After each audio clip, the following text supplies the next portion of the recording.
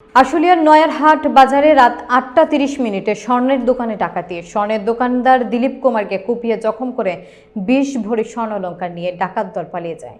বিস্তারিত থাকছে মাসুদ রানার প্রতিবেদনে। সাভার এনাম মেডিকেল হসপিটালে চিকিৎসাধীন অবস্থায় দিলীপ কর্মকার শেষ নিঃশ্বাস ত্যাগ করেন। এ ব্যাপারে আশুলিয়া থানা ও ডিবি পুলিশ আসামি ধরার কার্যক্রম শুরু করেছেন।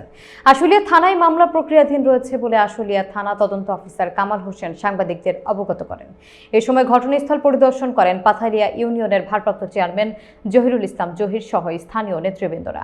এ ঘটনায় নয়ারহাট এলাকায় থমথমে অবস্থা বিরাজমান। তথ্যসূত্রে জানা যায়, দিলীপ কর্মকার দোকান বন্ধ করার সময় একদল ডাকাত এসে তাকে দেশীয় অস্ত্র চাপাতি দিয়ে কুপিয়ে রক্তাক্ত জখম করে তার ব্যাগে থাকা ২০ ভরি স্বর্ণালংকার এবং নগদ অর্থ নিয়ে পালিয়ে যাওয়ার সময় ককটেল বিস্ফোরণ করে পালিয়ে যায়।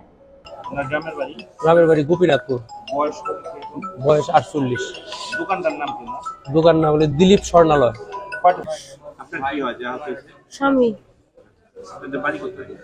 নয়ারহাট গোপীনাথপুর। দোকানটার নাম কি দিদি? দিলীপ স্বর্ণালয়। প্রতিদিন এই টাইমে আসতো বাসায়? হ্যাঁ। কিরকম শোনা ছিল ওনার সাথে বা ক্যাশ টেকা ছিল আনুমানিক? তালাবদ্ধ করে দোকান থেকে বের হচ্ছিলেন, তখন ওনাকে পিছন থেকে আঘাত করে, পরবর্তীতে তালা উনি ঘুরলে ওনার সামনের দিকেও আঘাত করে ওনার হাতে একটি ব্যাগ ছিল। ব্যাগটি তারা নিয়ে ৪ জন চলে যায়। সর্বোচ্চ চেষ্টা করব, এখানে ওসিটিভি আছে, এই অপরাধীদের ধরে আইনের আওতায় নিয়ে আসবে।